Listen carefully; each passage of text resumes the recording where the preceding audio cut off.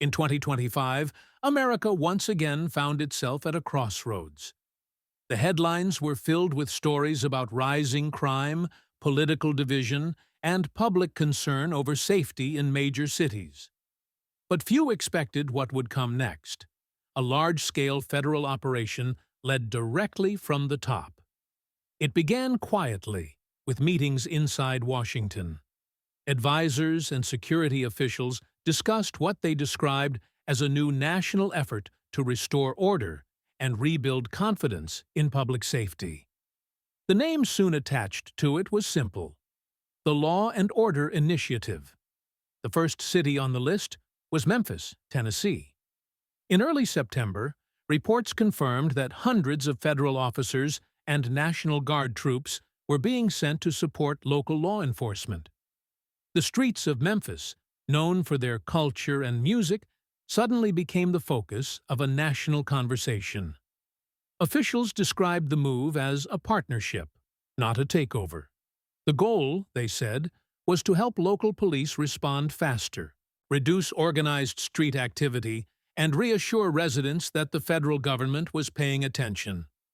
At a televised briefing, the president spoke about his vision. He said America could not thrive without order, and that cities struggling with high rates of theft and unrest needed federal coordination. Cameras captured images of convoys moving through Memphis streets.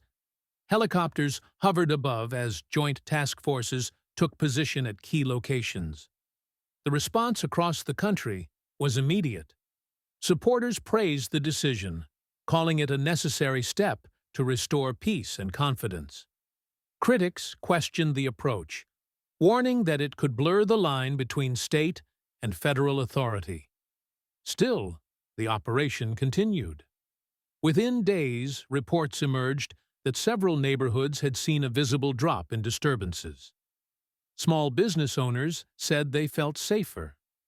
Local stations broadcast scenes of patrols working late into the night. Behind the scenes, the operation involved multiple agencies: the FBI, Homeland Security, U.S. Marshals, and local departments, all connected through a shared command center.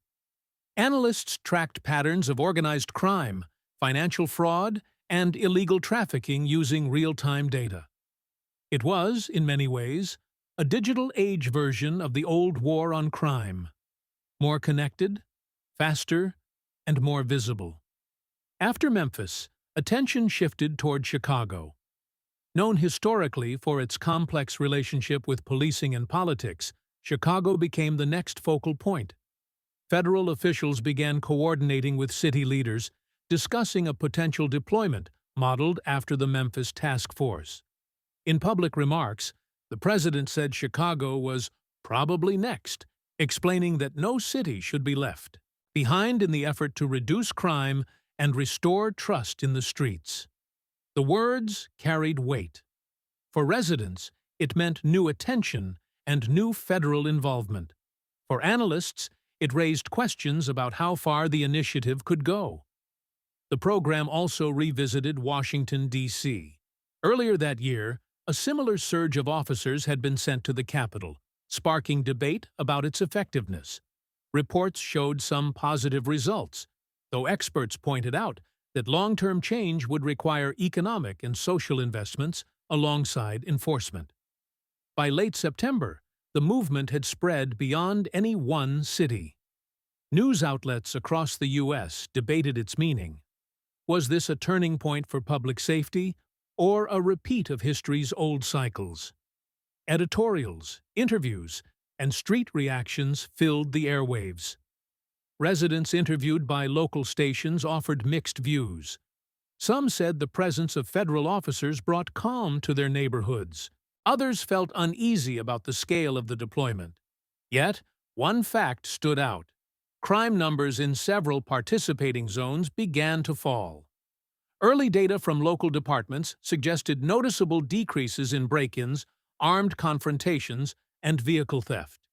Analysts debated whether the drop was temporary or the beginning of a broader trend. Social media carried images of community meetings, where citizens and officers spoke face-to-face. Many Americans, regardless of political side, agreed on one thing: safety was a shared goal. The argument was not about the need for order, but about the best path to achieve it. Experts in criminal justice weighed in, comparing the 2025 five strategy to past efforts in the 1970s and 1990s. Some noted that the new plan used technology and interagency coordination in ways never seen before. Others worried that it risked deepening public mistrust if not handled carefully. Across think tanks and universities, discussions focused on one key question: could the new federal approach set a sustainable model for modern cities? As the months passed, the images from Memphis remained symbolic. A city that had once struggled with waves of local unrest now served as the testing ground for a national policy. Drone footage of bridges, patrol cars, and city lights at night painted a cinematic picture of a country in transition. By October, the administration announced that similar plans were being considered for other major metro areas. Each would have its own joint command structure, emphasizing collaboration, intelligence-driven policing, and transparency.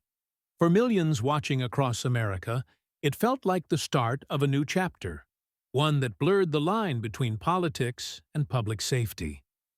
Critics continued to call for oversight and accountability. Supporters celebrated early results and pointed to communities reporting safer evenings and fewer disturbances. Through it all, the story unfolded live, on screens, in interviews, and in the hearts of Americans who just wanted to feel safe again. Whether history remembers this moment as a success or a warning remains to be seen. But one thing is certain. In 2025, the phrase law and order once again defined the national conversation. And as cities continue to rebuild and redefine what safety means, the debate over power, policy, and protection will shape the years to come.